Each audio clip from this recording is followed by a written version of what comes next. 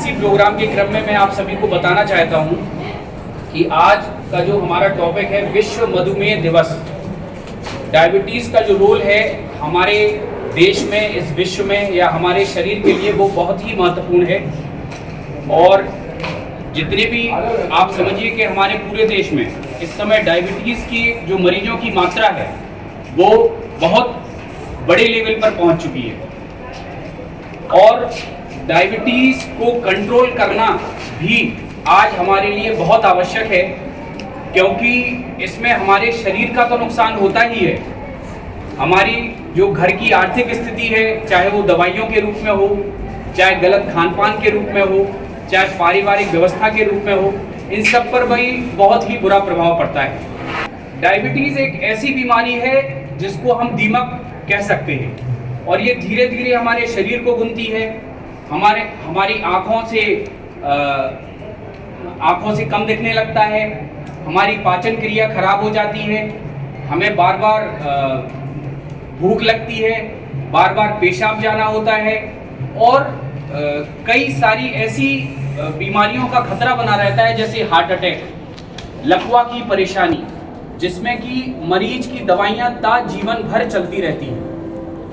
तो मैं इस मंच के माध्यम से आप सभी से ये कहना चाहूँगा कि आप लोगों को इस शब्द जो डायबिटीज़ है, इसमें बड़े ही अलर्ट होने की आवश्यकता है, बड़ा ही डर मन में भाव होना चाहिए। यदि आपके परिवार में किसी को भी डायबिटीज़ है तो आप कृपया उनका विशेष रूप से ध्यान रखने की आवश्यकता है।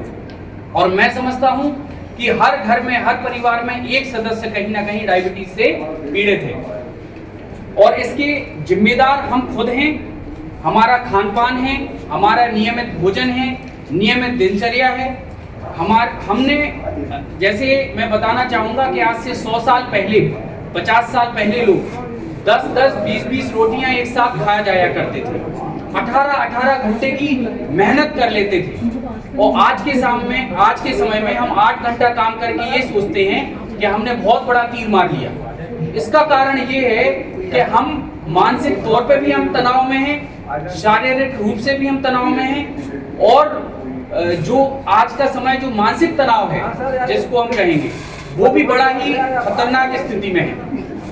छोटी छोटी बातों में हमें डर लगने लगता है, एक मन में भय आ जाता है कि पता नहीं भविष्य में क्या होगा, जीवन का क्या होगा। छोटी छोटी बातों पे हम इतना डरने लगे हैं, इसका भी डायबिटीज़ पे बड़ा ही गलत प्रभाव पड़ता है।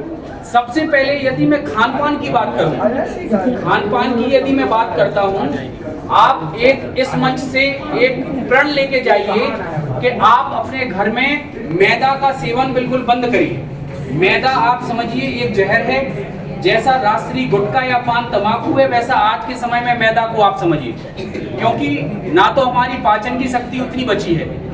दूसरा, प्राकृतिक रूप से मैं आप सभी से एक प्रश्न करना चाहूंगा कि क्या हम रोज के 2 फल खाते हैं?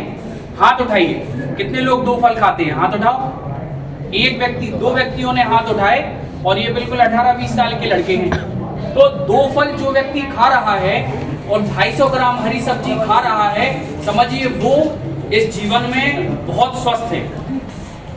दूसरा, थोड़ा सा और इस मंच के माध्यम से बताना चाहूँगा कि जैसे पेट में एंजाइम होते हैं, एंजाइम का काम होता है हमारी पाचन क्रिया को मदद करना।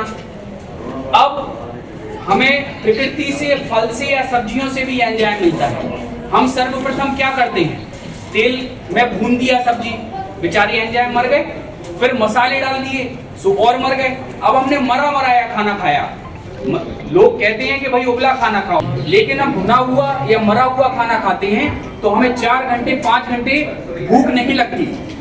कई बार हमें लैट्रिन जाना होता है, कई बार हम जाते हैं, कई बार मतलब कहने का मतलब ये है कि प्रकृति से जुड़ने का प्रयास करिए। नहीं तो कहने का मतलब एक शॉर्ट में कि यदि जिंदा है तो मरे के समान नहीं रहना है। मर गए सो तो मन नहीं है, लेकिन जिंदा हो सो खुश हो के रहो। केवल इतनी सी बात हमारा कहना था। पता नहीं आप लोगों को कितना समझ में आया, लेकिन एक बात और बोलना चाहूँगा फिर से, ये जीवन एक बार मिलता है, इसको अच्छे से जी लो, या रो के जी लो। यहाँ पे मरीज आता है, उसको बोलते हैं कि भाई दूध पिया करे सुबह शाम, तो कहता है पैसे नहीं है। जेब में हाथ डालो तो 3 बंडल निकल आएंगे बीड़ी के।